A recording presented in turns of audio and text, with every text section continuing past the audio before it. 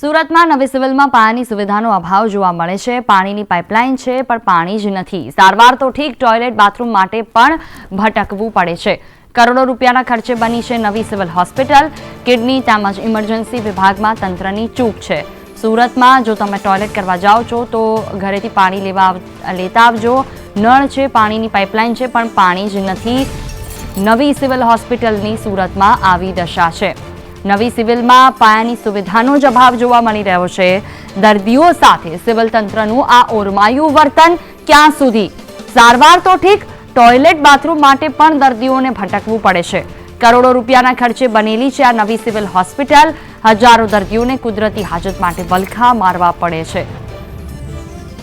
વધુ માહિતી સાથે સંવાદદાતા આઝમ સાલે ફોન લાઈન પર જોડાયા છે। જી આઝમ, કેટલા સમયથી સુરત સિવિલની આ પરિસ્થિતિ છે? કોઈ રજૂઆત કરવામાં આવી કે કેમ?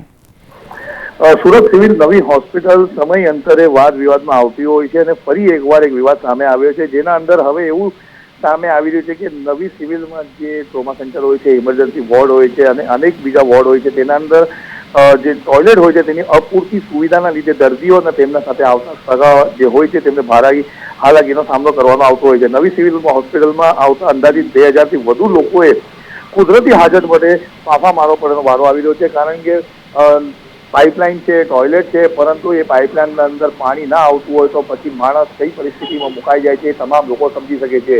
જે કામગીરી, જે કોન્ટ્રાક્ટ આપવામાં આવી રહ્યા છે સિવિલ હોસ્પિટલ દ્વારા, તેના ઉપર ધ્યાન ના આપવામાં આવતા હોવાના કારણોસર આ પરિસ્થિતિ આજે ઊભી થઈને સામે આવી છે, જેને લઈને દર્દીના પરિવારજનો અને આવનારા ઓપીડી પેશન્ટોને આ મુશ્કેલીનો સામનો કરવાનો વારો આવ્યો છે। જી બિલકુલ, તમામ જાણકારી બદલ આભાર।